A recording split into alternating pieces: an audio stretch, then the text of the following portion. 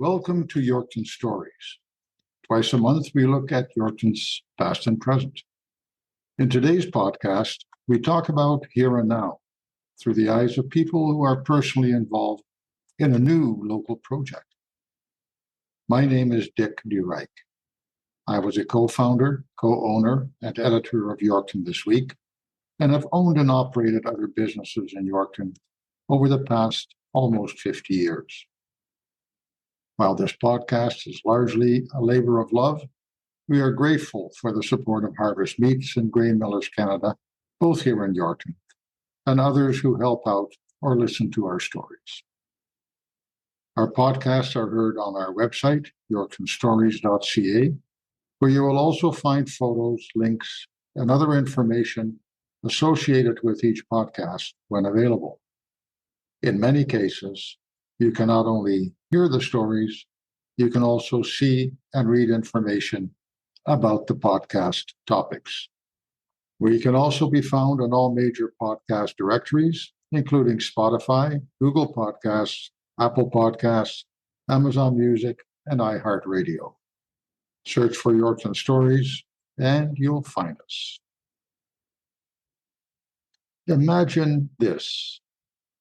A place where someone who has no food to eat, and at the time doesn't have the means to buy it, can go anytime, day or night, every day of the year, and find food for themselves and their family. Might not be exactly what they would like, but it is there for the taking, no questions asked. That is the concept behind a community fridge, also called a fridge, as in free fridge. The community fridge opened in Yorkton in mid-September of 2023, not quite 2 months ago. I heard about it, had no idea how it functioned or who made it possible, so inquired because I thought that would be an interesting topic for this podcast. I was invited to a meeting, and as so often happens in volunteer organizations, you show up at a meeting, and next thing you know, you are involved. You are helping out. In the interest of full disclosure, yes, I am a volunteer with the Yorkton Community Fridge, and in the past little while, I've learned a lot about our local fridge and the organization behind it. We will explore all of that in this podcast. When I say organization behind it, well, I'm not really sure if that's the right terminology. Community fridges exist literally around the world. The first ones were set up in Germany in 2011 and 2012 by a group called Food Sharing. The intent was not only to provide food for those who need it, but to minimize food waste by distributing surplus food through the fridges. The next ones showed up in Spain in 2015, and in the United Kingdom, a national network of community fridges was set up in 2017 by an environmental charity.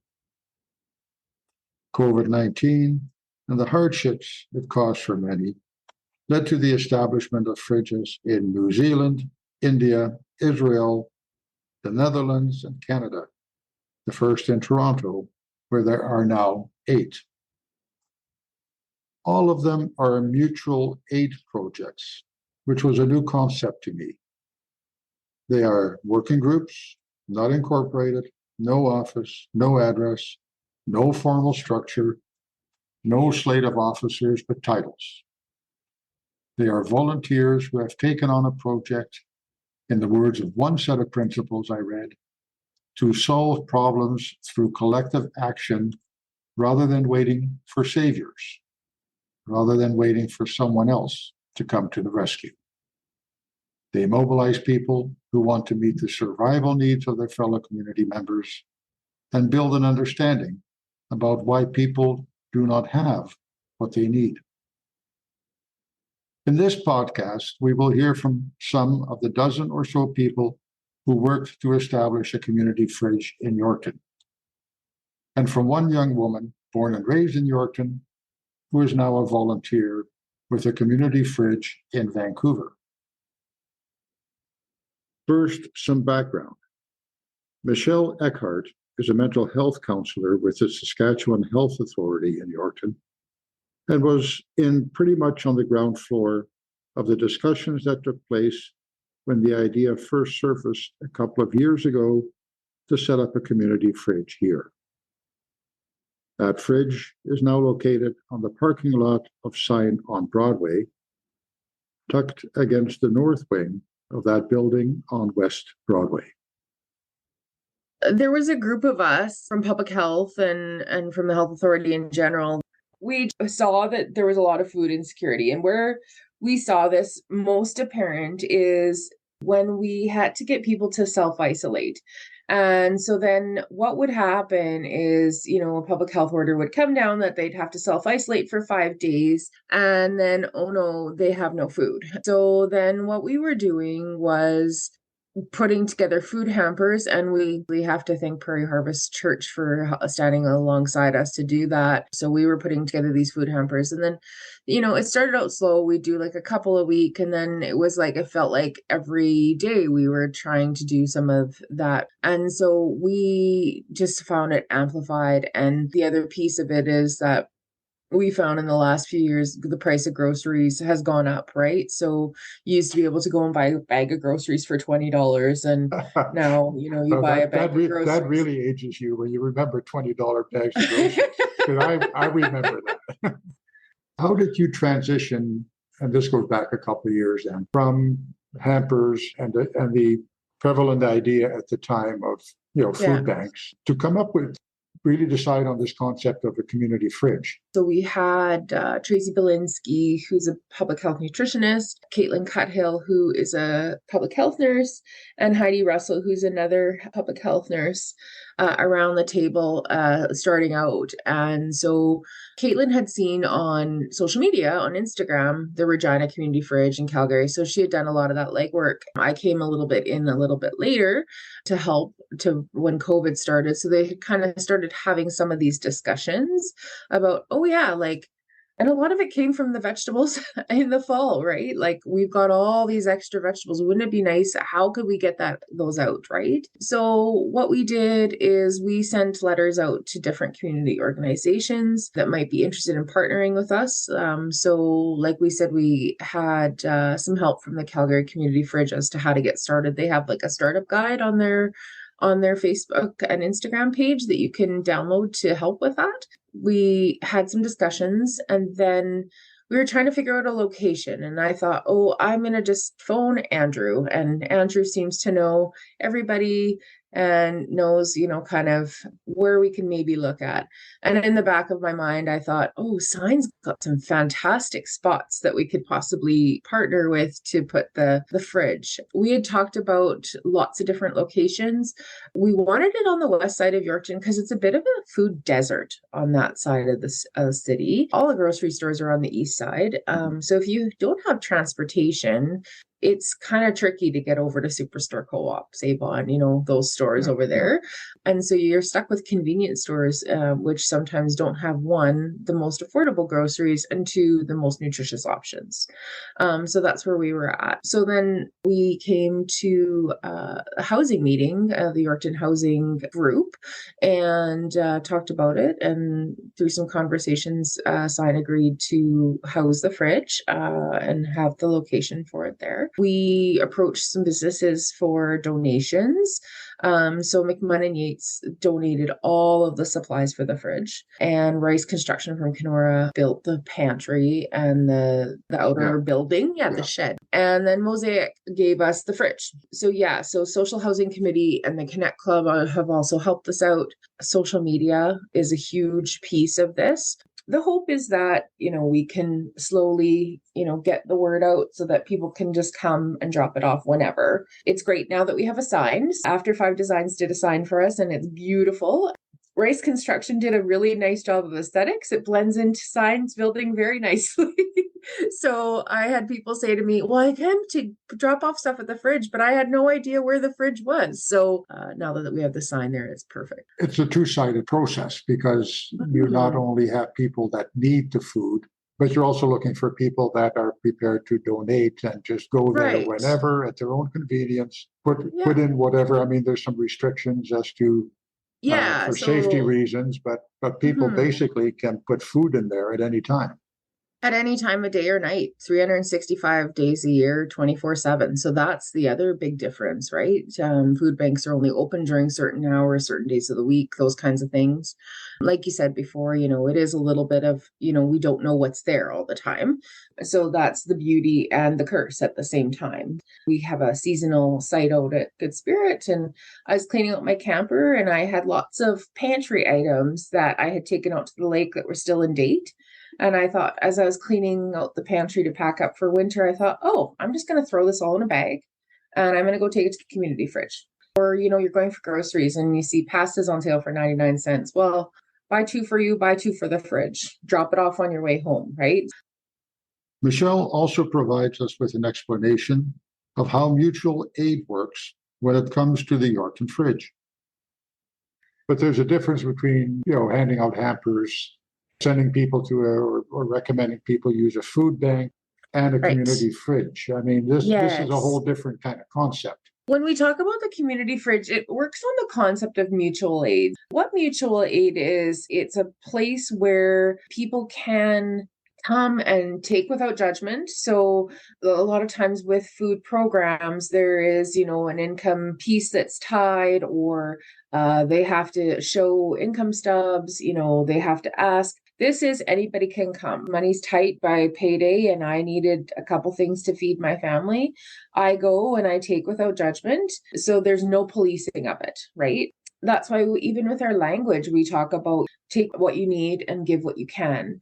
Because, like, say, for example, there's 35 boxes of craft dinner there. If someone takes the 35 boxes, no questions asked, right? We're not going to go after them and say, hey, you shouldn't have taken 35 boxes. It's about taking care of each other, especially in rural Saskatchewan. Like, the idea we got to back up a little bit, we had talked to the community fridge in Regina to get some ideas to get started. And the community fridges in Calgary lay out a nice plan as to how to get started and those kinds of things. So we looked at them for some structure and some support. The reason I really like it is, growing up in rural Saskatchewan, I know that there's a stigma attached to getting help and asking for help. And so this removes, we hope to remove some of that stigma, right? Where people can just come and get what they need and don't have to ask anybody, and just show up and open the pantry and the fridge, see what's in there. Is there something I can, manufacture supper out of tonight? Sure. Yeah, there is. Or, can I take something that I can pack on my kid's school lunch tomorrow? Sure. Yeah, there is. And with no stigma attached. And But as no much as we guarantees either. yeah, so I mean, it's fits and starts, right? And I'm hoping that as we grow, that's something that we can grow, so that we have more people contributing. How do we do that? And how do we care for each other, right? Around the holidays, like around Thanksgiving, Christmas, everyone, feels a little warm and fuzzy and needs to give. But what we hope is that we do it throughout the year. And so we were joking at one of our first meetings, it took us about 2 years to get kind of up and running. We joked about the, rural Saskatchewan joke of never leave your car unlocked in September because you may end up with a zucchini in it. It's true. If you live in small town Saskatchewan, it's true. All of a sudden you got a zucchini and a pumpkin and a box of tomatoes in your car, right? So we know how generous rural people are. And so that's our hope, is that, I know Yorkton's a city, but we're still pretty rural. So I'm hoping that the community can embrace that rural piece of it and, take care of each other. That's what kind of our communities were founded on, that we come together to take care of each other. So that's what mutual aid is really about, is helping and taking care of each other. There's no owner of the fridge. Community owns it. There's a steering committee that kind of helps to keep things going. And I think that's something to be mindful of as well, too, because I think that sometimes we say, okay, well, the fridge is at Sign, so Sign is responsible for it. And no, the community is responsible for it. That's coming back to that like voluntary reciprocal exchange of things between people, right? So a neighbor helping a neighbor, right? So if I need a cup of sugar, I know I could phone my neighbor and borrow it. This is just removing that phone call, helping out somebody when they need it. For some people, mutual aid, the organization of it, can be difficult because we're all used to being part of an organization that Right. has a structure. It has somebody in charge. It has somebody in charge of this and that and the other thing. Whereas a mutual aid group, basically, everybody does anything and everything that needs to be done. For some people, that's difficult. It's a difficult concept. It's a different concept. It's a different concept because then it's like, well, if something goes wrong, who's responsible for it, right? And so, I mean, that steering committee is there. So if you see something going on, where you have questions, definitely reach out and someone will be in contact with you to check that out. That mutual aid concept, it is hard to wrap your head around. I liken it to the beginning of the co-op in Saskatchewan. And so one of my grandfathers was telling me about how co-ops, like back when he was younger, how they all work helping out each other, right? So Martha Garris is the manager of housing support at the Society for the Involvement of Good Neighbors, the comprehensive social service agency in Yorkton, delivering almost 24 programs. She knows full well that food insecurity is part of the same picture as lack of housing or housing issues that people experience. Absolutely. I think it's fair to say that all of the clients that we meet with at our program here at Housing Support are facing food insecurity, whether they're families or singles. It's kind of touching all of our clients' lives. What do we know about the level of food insecurity in Yorkton and area? Are there any kind of statistics or anecdotal evidence that we can look at and to see how prevalent a problem this is? Yorkton doesn't keep a lot of statistics. I think it's just the size of our community. But I know anecdotally myself and really all of the working group members have seen an increase in food insecurity with our clients. We know that even for the average person, we're seeing that grocery prices are incredibly high, and most of us aren't seeing increases in our wages that match that. So it's definitely fair to say for most people that there's an increase in food insecurity for everyone. Our clients are mainly on income assistance programs. So we know there's been a lot of discussion provincially about where those aren't meeting client needs. So that's definitely a big concern that if their budget isn't covering their rent, it's certainly not really going to cover groceries, and they're going to need to turn to something else to get those needs met. That something else is in Yorkton, at least. There's a few options. There is a food bank. There is Bruno's Place, which serves meals. There's the Soup Haven, and of course the community fridge, which is brand new. What's the difference between those when you look at the options that people have?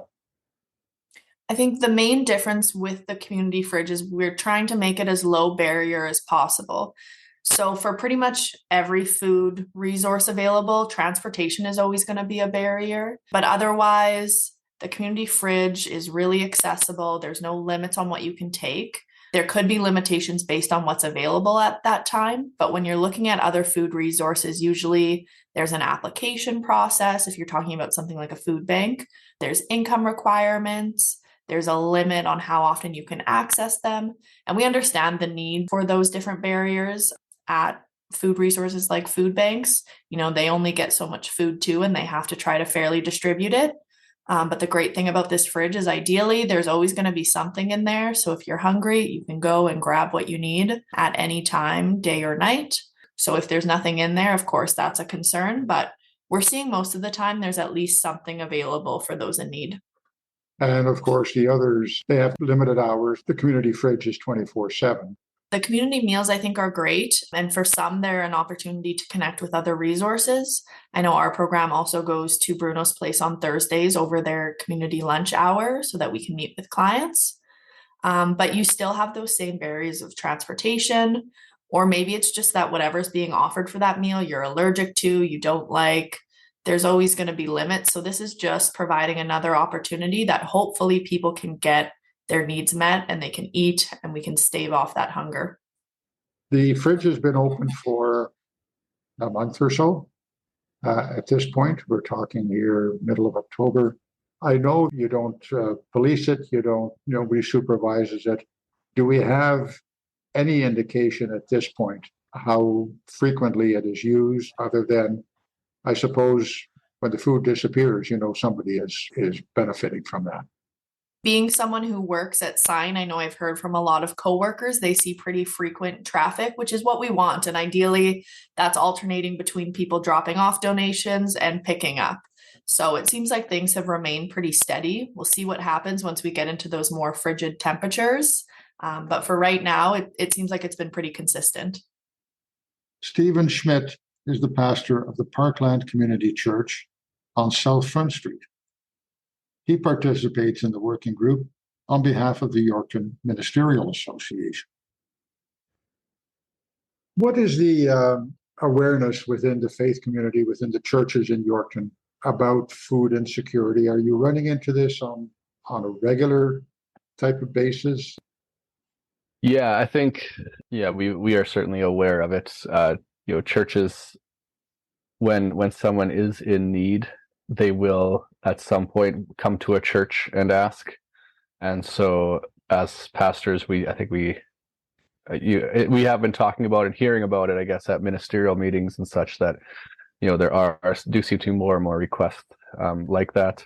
The faith community, I guess, we have the Soup Haven, which is ran out of the Alliance Church, and they've seen a continual increase in need there.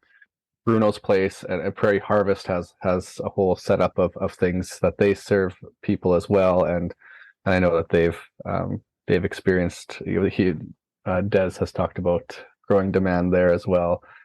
At our church, we have the Salvation Army Food Bank is in the back of our church, and they rent the space from us. And I'm aware of when new people are coming, because they come to the front of the church naturally, and then I let them know that it's at the back. And so, monthly there's always new faces, new people coming for the first time and looking for the food banks.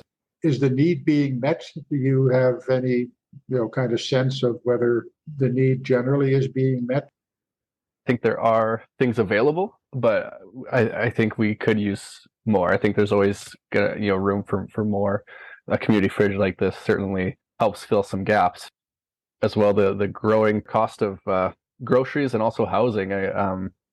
I do talk with individuals who, they live in low income housing, and as housing allowances go up, so does that go up, right? So it's kind of a vicious cycle, and but there's definitely room for more to help out, more to be done.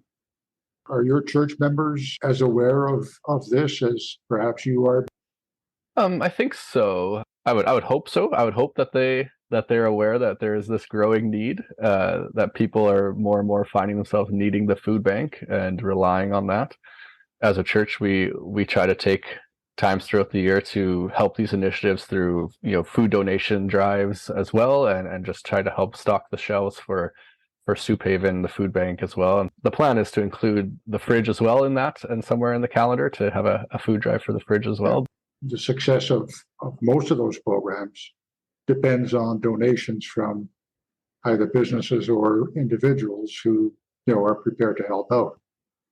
When the ministerial heard about the food bank, at the time we were planning our June picnic in the park, where we provide barbecue food, and this time we had 4 different cultures or ethnicities present making food, and it's all free to the community, because we, as a collective, as a ministerial, we wanted to bless the community, to do this for the community. And so when we were made aware of the fridge at that time, we're like, well, any donations we do get, financial donations, let's give it to the fridge, because it's to feed the community, it's to bless the community. And so we wanted to partner with them in that way, and I think we'll we'll do that again in June at the next picnic as well. We'll look to make that happen. As a faith community, we're called to feed the hungry, clothe the naked, right?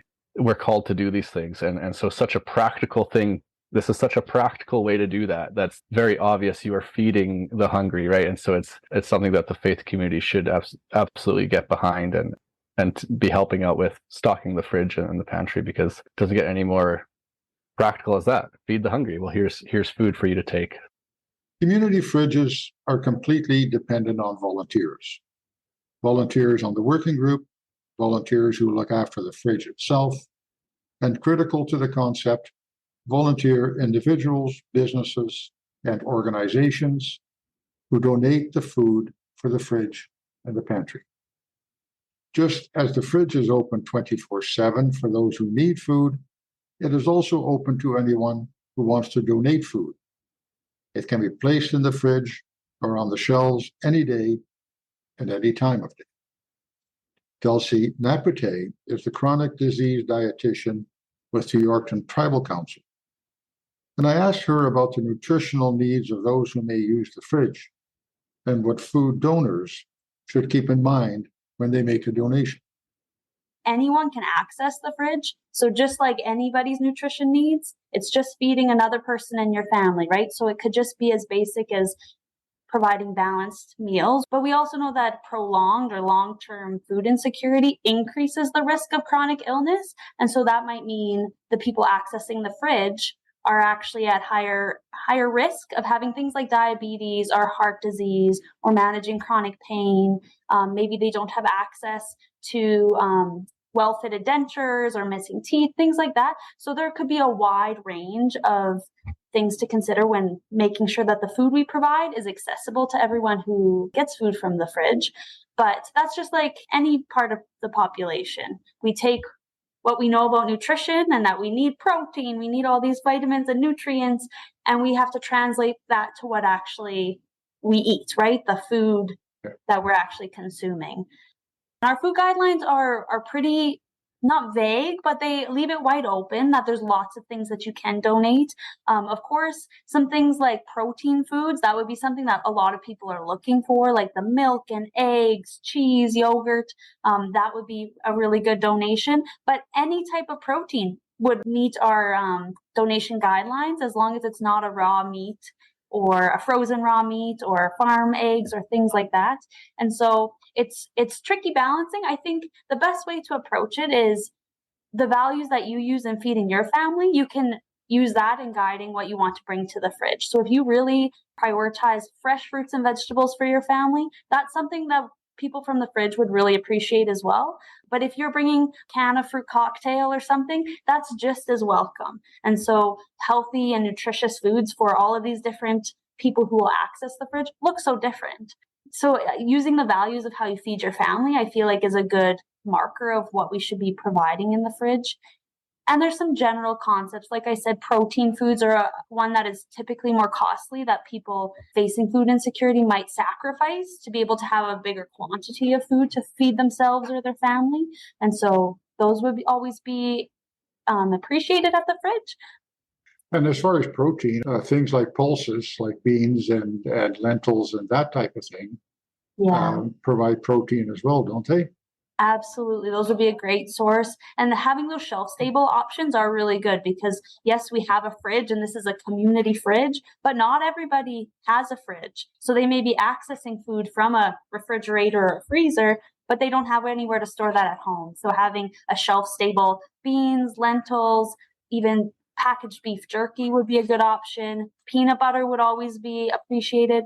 And then you think of those nutrition needs, there's allergies. So allergies don't just happen to people with a full fridge, right? And so someone might come to the fridge and have a nut allergy and need those alternative nut butters or those alternative milks. And considering that when making your donation too, if you're able to provide a wide variety of foods, because we all eat so differently. But you're absolutely right. I feel like dietitians will never end a conversation without talking about beans and lentils, whether they're canned or dried, and that you have to kind of soak them ahead of time. Those are definitely good options. I don't see a whole lot of chocolate bars and bags of potato chips or or nacho chips and that type of thing in there. Is that seen as not useful, or is it just not being donated?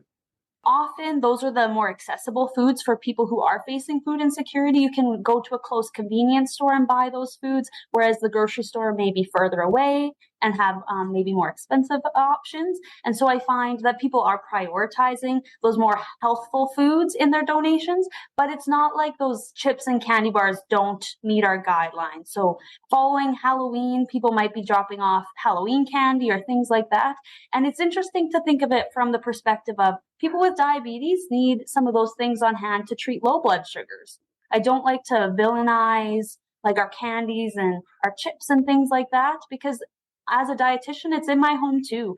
We want to provide the dignity and the respect of the people accessing the fridge, that they can choose how they want to manage their nutrition. But you're right. I think those more nutritious foods are usually harder to access when we have food insecurity. And so that's, I think, why a lot of our donations focus on that. And of course, as a dietitian, I do appreciate that. And seeing all the garden produce was just a highlight of being able to open the fridge just at the end of garden season. As long as they're packaged and labeled, things like Halloween candy or chips could be dropped off at the fridge as well. Kelsey is also involved in the process of encouraging people to donate a bit of their time as volunteers for various things that need to be done, including checking and cleaning the fridge and contributing as members of the working group. Let's talk about volunteers. There is a working group and a dozen people or so, but there's also a much larger group of people who are helping out by checking the fridge, cleaning it, organizing it. That is a group that probably most people don't see or hear from or know about. Sometimes it surprises me when I see names pop up on our schedule, because I'm not sure how people are finding out about it, I guess, other than social media and word of mouth. So far, we've had about 60 shifts. The fridge is cleaned twice a day. We have a morning shift and an evening afternoon shift that you can sign up for. And it's a simple check over thing, sanitize a few handles, kind of remove garbage. It's a simple task. And so it's been great to see all of the shifts fill up. And so I think there's only been 1 or 2 shifts where people maybe didn't show up or they forgot they had a shift. But other than that, so far they've all filled up. I have been really impressed with how people have responded. 15 minutes is all it should take. And how do people sign up? I mean, it's not a complicated process. There's a link that's posted in our Instagram and our Facebook page. It can also be shared through email. It's just a link. So once you get there, you select whatever shift you want, and it asks for your name and some contact information. Honestly, I'm the only one who sees that right now. We're not really collecting that information for anything. So as the shifts pass, I delete that and we move forward. We're not storing the information for anything at this point. We would post about it if we were. And you can leave some of those areas blank if you don't have a phone number or something. But it's just through that link, you can sign up for as many as you'd like, kind of on your own schedule. It's been great to see groups pick up some of those shifts too. So I know like the mental health group is coming as a group. The school has stopped by. And so whether it's an individual or a family or a business, you can always sign up for those shifts beyond yourself as well. We're trying to have a loose structure in some ways. And so, for example, like you mentioned, I'm kind of running social media right now. But if someone was really excited about doing social media, I'd love for them to come and join me and help make posts and be involved. We're developing a team that will go pick up flash food orders if people were donating to the fridge that way. A team for the culinary team. That means maybe preparing food in a licensed kitchen to bring to the fridge. We have someone who wants to be the treasurer, which is great. Finding people who want to deal with the money is always hard. So there's all of those semi-formal positions. But the nice thing is you can contribute as much time or as little time, as much food or as little food. It's very flexible to what you're able to give. You can give a lot one day and a little the next. But it's just flexible, and it can be kind of frustrating probably for communication if a message isn't responded to right away. But I feel like our group of volunteers is all very passionate about what they do, and so it's been great. I feel like people are very creative of how they want to contribute. You mentioned the culinary team. The group does have, at times, have access to a kitchen that is licensed and inspected that can be used. As we speak, somebody is going to be making banana bread. Yeah, so I think we got our donation of 4 cases of bananas from Superstore, maybe. And so they weren't picked up from the fridge all before they started to get to that perfect banana bread stage. And so I'm glad we had some volunteers take that job on. And like you said, they're turning the nice brown bananas into tasty banana bread, which will go right back into the fridge. At the present time, social media is the primary way that the Fridge Group gets the word out to those who may need food or who may want to donate food. That was the most accessible way to kind of get word out, even when we were just trying to develop the fridge and get it set up. I think most comments and shares have been very positive, that people are excited to see a new project that not everyone's familiar with. Of course, there's like a few comments here and there that there's questions and concerns, but I appreciate that people are sharing them, because then as a group we can work to address them. One of the biggest things that comes up is, are we garbaging cans that are after their best before date, and what are our guidelines around that, because we want to minimize food waste and there might still be like a margin of safety after that date. And so it's something our group can consider because people are bringing up those concerns. And so I think it's an accessible two-way communication, because it goes back to that idea of mutual aid. It's not just our group serving people. We're a team that we want it to be a two-way conversation. And so I'd say there's been hiccups. There's probably been people who haven't seen the volunteer sign up or whatever, because it's just on social media at this point, or until our grand opening it was. But I think overall it's been very good. I think we have about 650 people following us on Facebook right now. And so it grew, things are being shared, and it's a really easy way for us to thank people who are making donations. I know for my day job, sometimes people don't have access to a cell phone to text or call or anything like that. So messaging on Facebook, if you have public Wi-Fi access, is an easy way for people to ask their questions. Macy Hipsley was born and raised in Yorkton, the third daughter of Geraldine and Mayor Mitch Hipsley. For the past 10 years, she has worked as a graphic artist for a printing company in Vancouver. She is also completing her education and training to become a registered therapeutic counselor in a fee-based expressive art therapy program, and is a volunteer to help run that program for youth groups in the Strathcona area of Vancouver.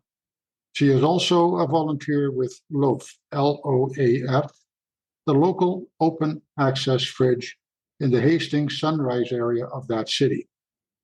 We talked about that fridge, and then I asked her what motivated her to become involved in that.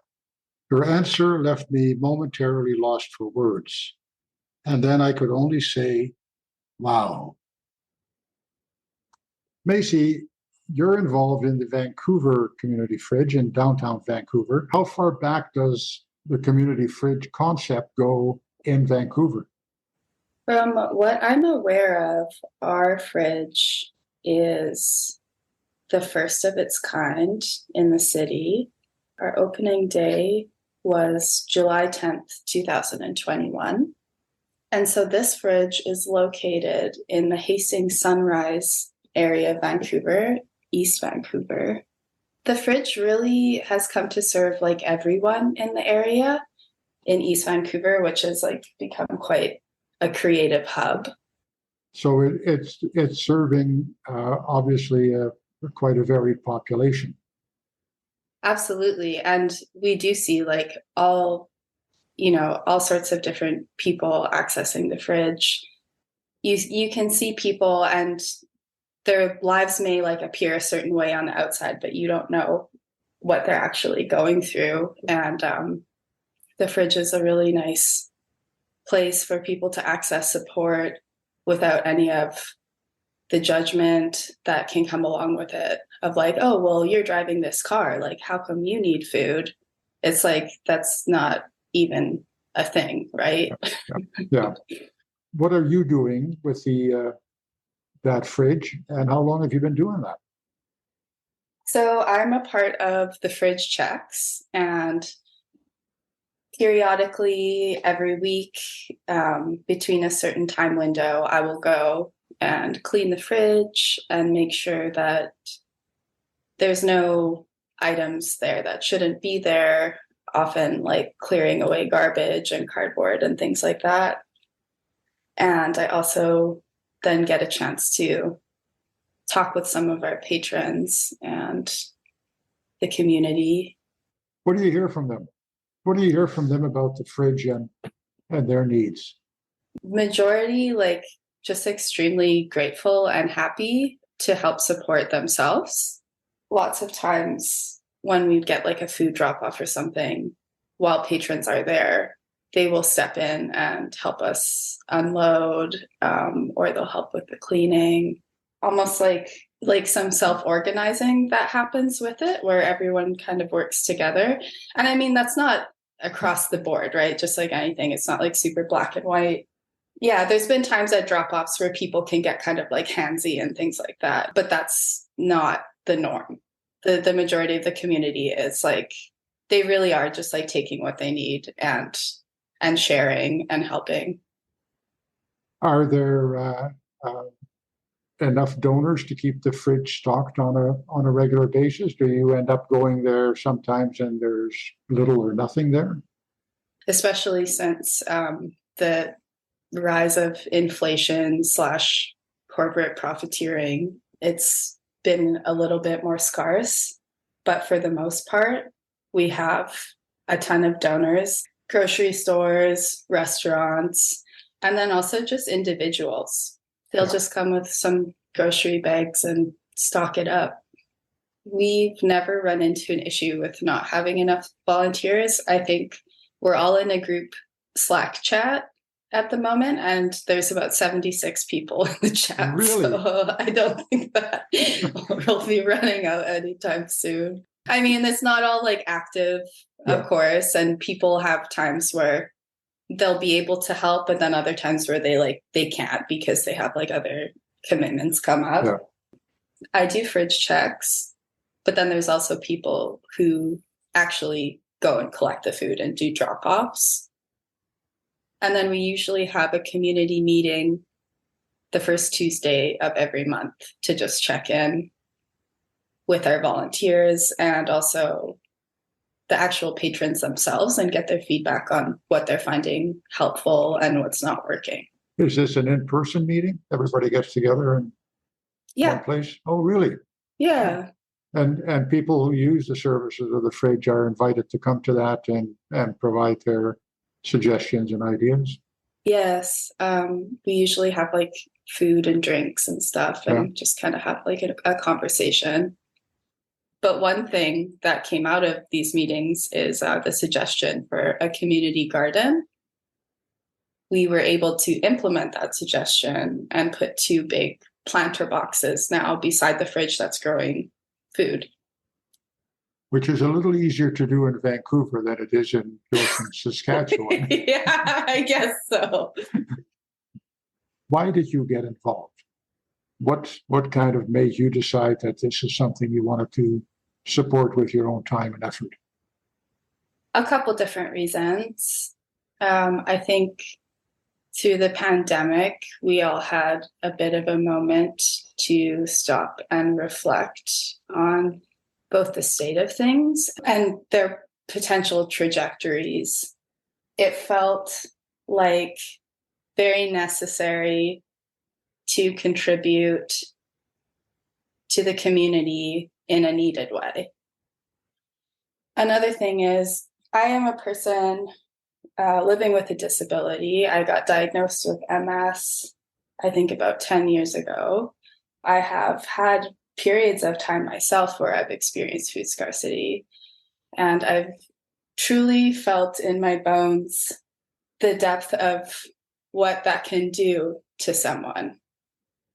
I mean, I've had to access supports, and there's been lots of times where you're trying to like convince someone, like they have a stance that, you know, you're trying to scam them or something, but you're actually in need of help, asking for support, and you really have to like plead your case. It can almost be like dehumanizing.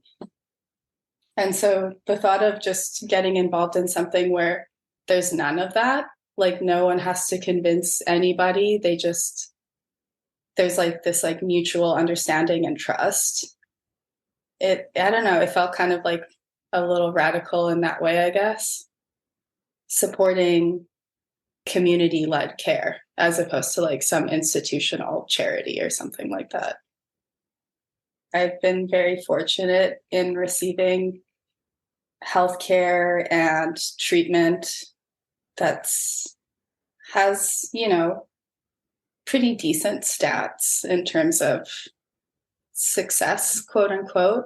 It is like a chronic condition, so there's not currently any sort of cure for it.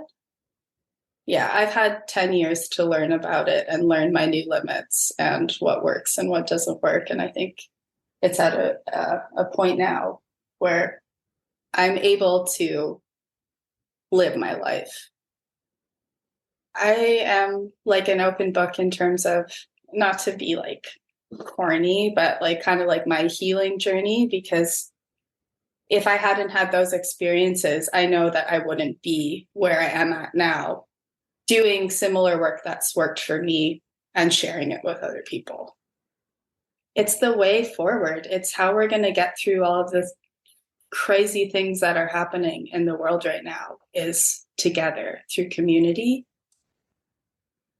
because we take care of ourselves together. We will publish another podcast in a few weeks. Visit yorktonstories.ca to hear all podcasts, and there you can also sign up for our mail list so we can let you know when a new episode is available. Thanks again to our sponsors, Harvest Meats and Grain Millers Canada, and thank you for listening. Your comments and suggestions are always welcome. Get in touch through our website or by emailing Dick, D-I-C-K, at yorktonstories.ca. Let's talk again soon.